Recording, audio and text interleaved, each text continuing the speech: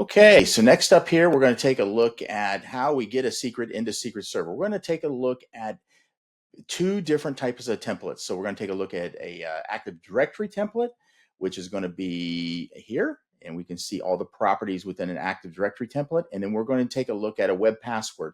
This particular demo is going to take a look at an Active Directory template, and as we fill out these fields here, we can then add a secret to Secret Server. So let's get started. So we're going to come in here, we're going to name the secret. So test secret is going to be our friendly name, and then we have our domain here. We're going to call this the platform local.